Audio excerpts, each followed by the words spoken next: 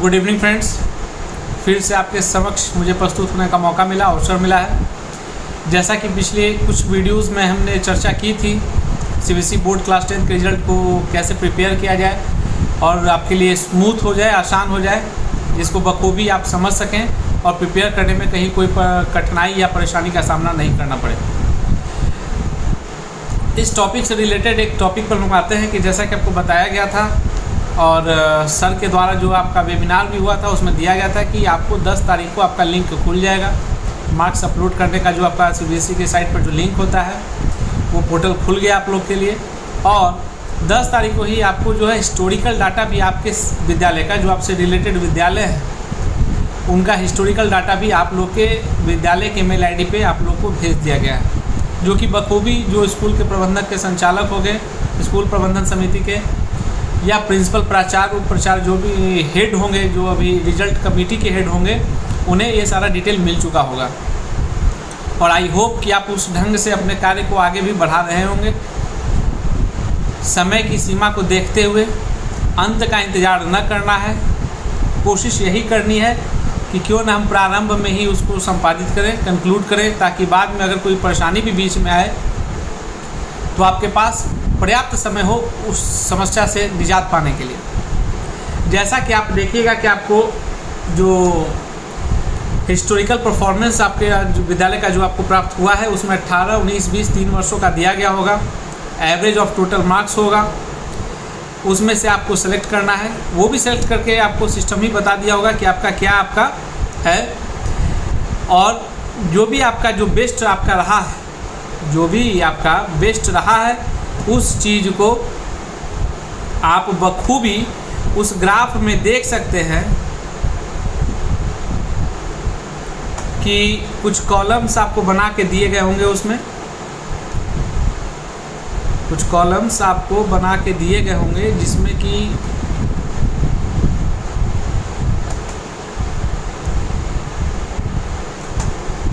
ये साफ आपको प्रदर्शित हो रहा होगा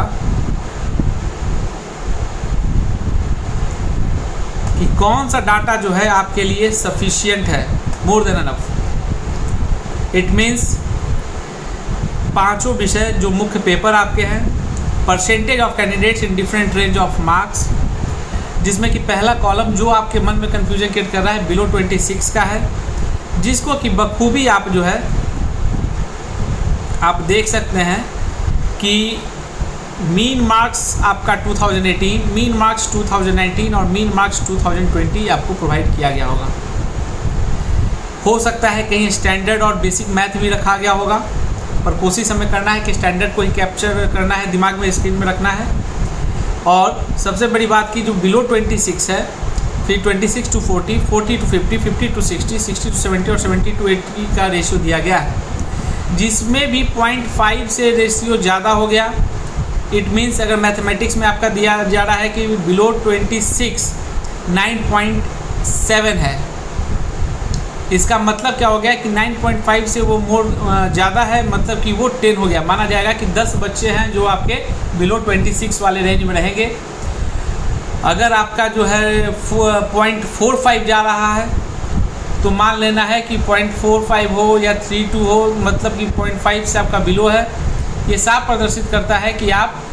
0.5 से कम है, मतलब कि 1 डिजिट आपका उसमें डिक्रीज कर जाएगा। अगर आपका 32 पॉइंट समथिंग है तो वो हो जाएगा 31। इस चीज़ को दिमाग में रखना है। और जहाँ तक रहा बिलो 26 वाले टॉपिक को लेकर जो कुछ मित्र लोग और भी एडुकेटर से सवाल कर रहे हैं, और जो अपने डिस्ट्रिक्ट के और जो अपने राज्य के भी हैं, जो हमारे जान पहचान के भी हैं, उनके मन में सवाल है कि जो बिलो 26 का है क्या वो समस्या क्रिएट कर सकता है। नहीं, समस्या क्रिएट नहीं करेगा। इस वर्ष के रिजल्ट में ये भी साफ क्लियर है आपके लिए, दिमाग में मेंशन करके रखिएगा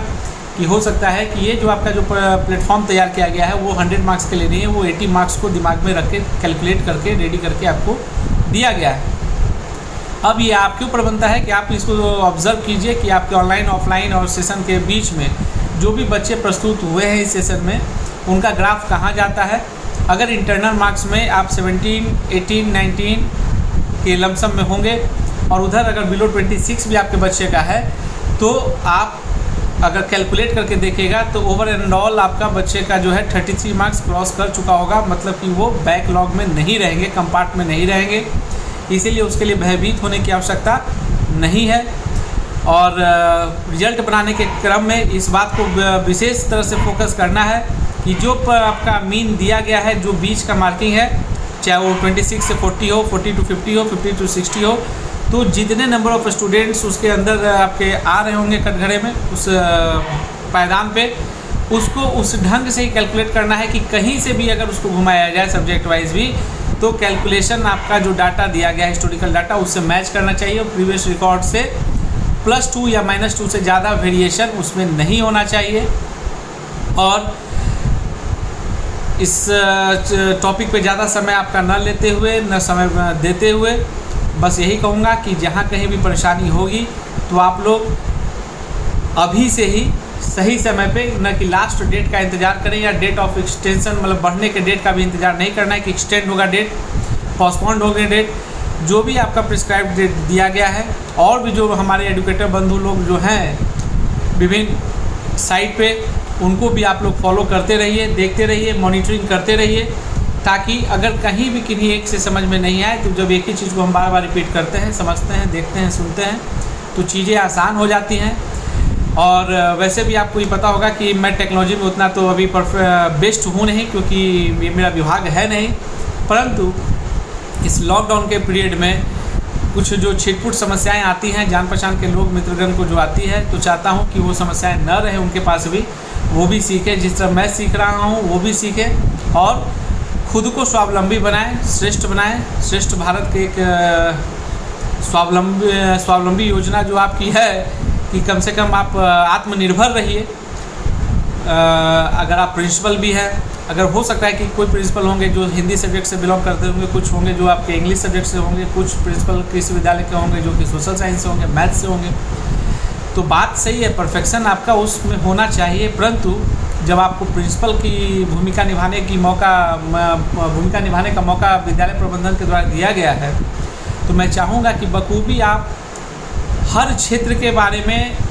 कुछ संक्षिप्त जानकारी ज़रूर रखिए,